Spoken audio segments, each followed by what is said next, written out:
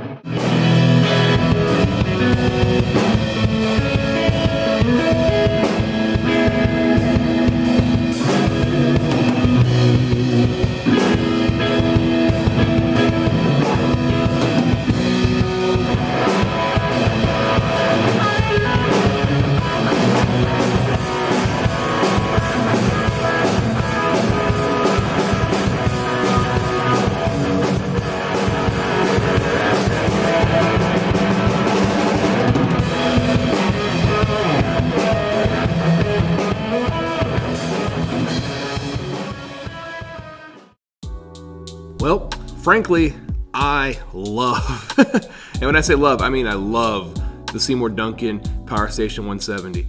So after leaving like a Magnum 44 and upgrading to the PowerStation 170, it's a day and night difference. I have an EQ, so I have more control over the tone, and there's a lot more power. 170 watts is loud. You have lots of clean headroom that gives me tons of volume without any clipping happening from the power source. I had a chance to use it live with my Helix at this event, and what I ended up doing was making a direct out version with an IR, an impulse response of a Mesa cab, and I also had my cab on stage for stage noise, and it worked flawlessly. I was able to, I need a little bit more mids, crank the mids up, it's a little too bright with the speakers, bring the trebs down a little bit, and find a really sweet spot that I could independently EQ outside of the realms of my actual patch settings, which allows me to have the exact sound I want coming out of the PA, and then also a tailored sound for the live thing. If you don't have one of these, pick one up. You will not be disappointed. It's the best any of my digital 4 processor units have ever sounded with a real cab. So, what are you using to power your Helix or your AXFX through a cab? Put it down in the comment below. If you have any opinions of your own of the PowerStation 170, leave a comment. I'd love to hear your thoughts on it. I hope the jam session was useful and you got to kind of hear how well it works in a live environment. Mind you, my volume was set to 9 o'clock. It wasn't even anywhere close to diming that full 170 watts. And so leave a comment below, hit subscribe, and click the bell if you want to see more content like this, and I will see you guys next time. Have a good one.